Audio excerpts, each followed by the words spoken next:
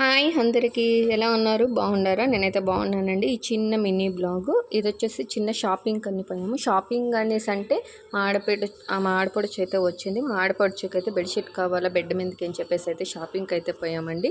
ఇది వస్కోట్లోనే ఒక షాప్కి అయితే పోయాము. బెడ్షీట్ క్వాలిటీ అయితే బాగుందండి, నేను లేదు అని చెప్పట్లేదు.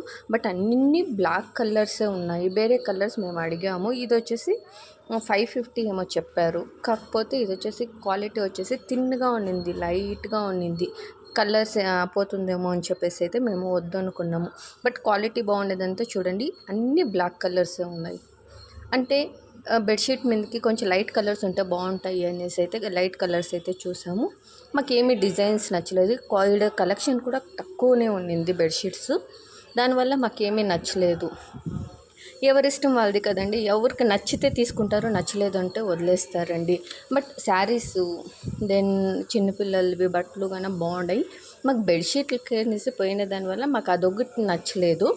దానివల్ల మాకు ఇప్పుడు నచ్చితేనే కదా ఎవరైనా ఏమైనా తీసుకుంటారో. కానీ షాప్ ఓనర్ ఉంటుకొని మార్నింగ్ వచ్చారు, మీరు ఎందుకు ఏమీ తీసుకోకుండా పోతున్నారు అనేసి అంటే, కస్టమర్కి నచ్చితేనే కదా ఎవరైనా తీసుకుంటారు. కస్టమర్కి నచ్చకుండా సాటిస్ఫాక్షన్ లేకుండా ఎవరు ఎలా తీసుకుంటారండి ఎవరైనా కూడా. కానీ అలా అయితే కస్టమర్ మాట్లాడాడు. బట్ కస్టమర్ దగ్గర అలా మాట్లాడటం కూడా రాంగే కదండి. కానీ వాళ్ళ మాట అన్నారు.